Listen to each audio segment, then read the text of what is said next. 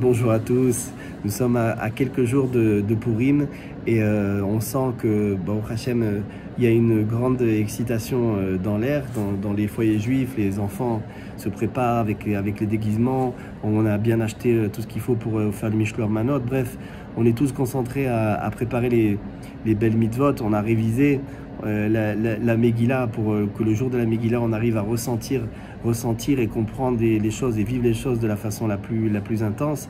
Bref, il y a 4 grandes mitzvot à Purim et chacun doit faire ce travail de préparation dans l'halakha pour connaître ces mitzvot-là et les faire comme il se doit le jour de Purim.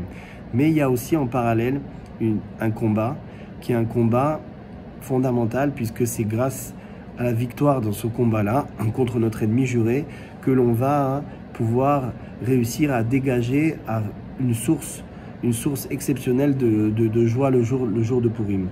Et donc cet ennemi juré, vous le savez, c'est Amalek. Demain c'est Shabbat où on va écouter la parashat Zachor. C'est une mitzvah d'écouter la parashat Zachor. Dans cette parasha, elle nous rappelle ce que nous a fait Amalek. Et c'est une mitzvah de se rappeler ce qu'il nous a fait. Pourquoi? Parce que jusqu'à aujourd'hui et jusqu'à la fin des temps, alors il va être notre ennemi juré.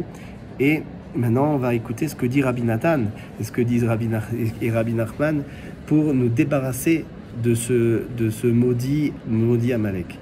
La première chose qu'il faut savoir, c'est que il n'y a pas tellement de choses à faire. C'est marqué, il écrit Rabbi Nathan, en etzav et en tvuna, c'est-à-dire qu'il n'y a pas vraiment beaucoup de conseils contre lui, si ce n'est le conseil de la prière.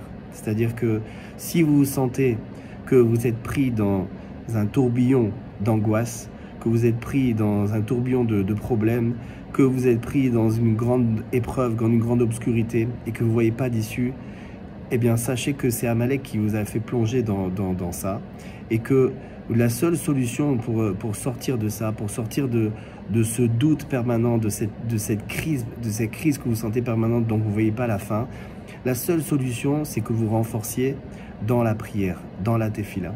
C'est ça qui va vous aider, c'est ça qui va nous aider à sortir de ça et à annuler la force d'Amalek. Évidemment, cette fila-là, pour y arriver, on a besoin de quelqu'un, qui vient, qui nous pousse et qui nous motive et qui nous inspire. Et cet homme-là, c'est Mordechai HaTzadik. Mordechai HaTzadik à l'époque de Purim, et aujourd'hui aussi le Tzadik de la génération. Et tout le Tzadik est maître de la génération. Ce Tzadik-là de la génération, aujourd'hui, il s'appelle Rabbi Nachman de Breslev. Et c'est lui, au travers de ses livres et de ses conseils, de l'application de ses conseils, qui va nous aider justement à nous renforcer et ne jamais perdre espoir. Et toujours prier aussi, prier comme il se doit. C'est quoi prier comme il se doit? C'est pas prier de façon routinière, puisque Amalek, son but, c'est que l'on prie et qu'on ne ressente pas les choses et qu'on ne vive pas les choses. C'est marqué Rahmana li babai. Akadosh Baruch Hu, ce qu'il veut, c'est notre cœur. Akadosh Baruch Hu, il désire simplement que l'on soit le plus sain possible. C'est qu'on lui parle, c'est qu'on lui dise ce qui nous arrive.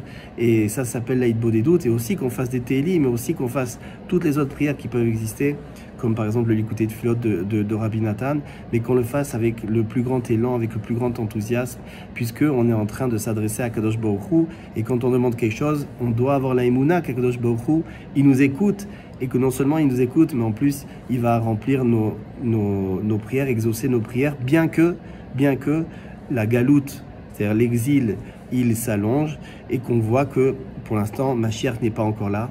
Bien qu'on est dans cette situation-là, on doit toujours se renforcer pour croire que quand on est en train de prier, eh bien, Akadosh Baruch Hu, il écoute, il entend notre prière, il fait quelque chose avec notre prière, et que bientôt, très bientôt, il va nous sauver, que ce soit au niveau individuel, que ce soit au niveau collectif.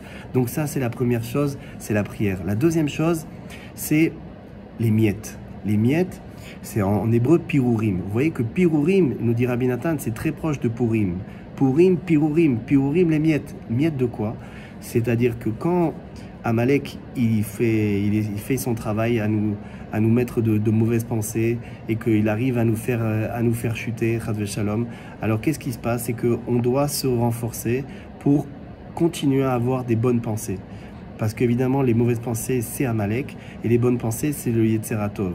Le Yetzer Tov, c'est notre bon côté, c'est le tzaddik, encore une fois, qui nous pousse et nous aide à avoir des bonnes pensées. Maintenant, ce renforcement qu'on va avoir pour avoir des bonnes pensées qui vont aussi donner des belles actions, même si on n'a pas beaucoup de bonnes pensées, quelques petites bonnes pensées, quelques miettes, d'accord?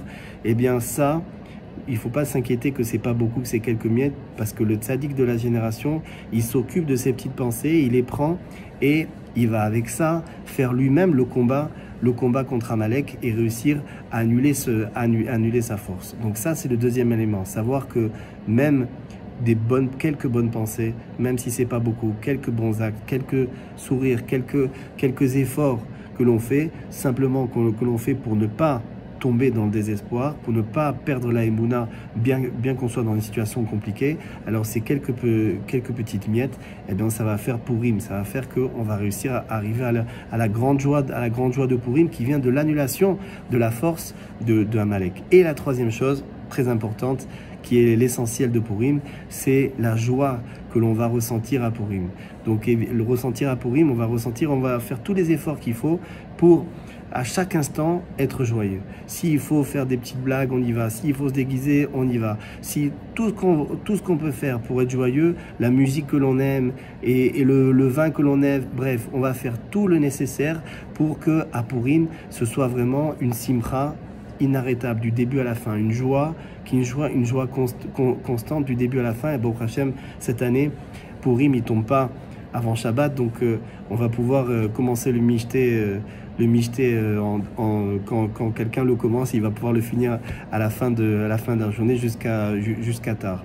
Alors Bezrat Hashem, je vous souhaite un Purim Sameach et je vous souhaite que Bezrat Hashem, vous vous prépariez comme il se doit et que qu'on gagne tous ensemble la victoire, cette victoire contre notre ennemi juré, Amalek, et que Bezrat Hashem, Mashiach Tzidkenu, il apparaisse même le jour de Purim si Dieu veut.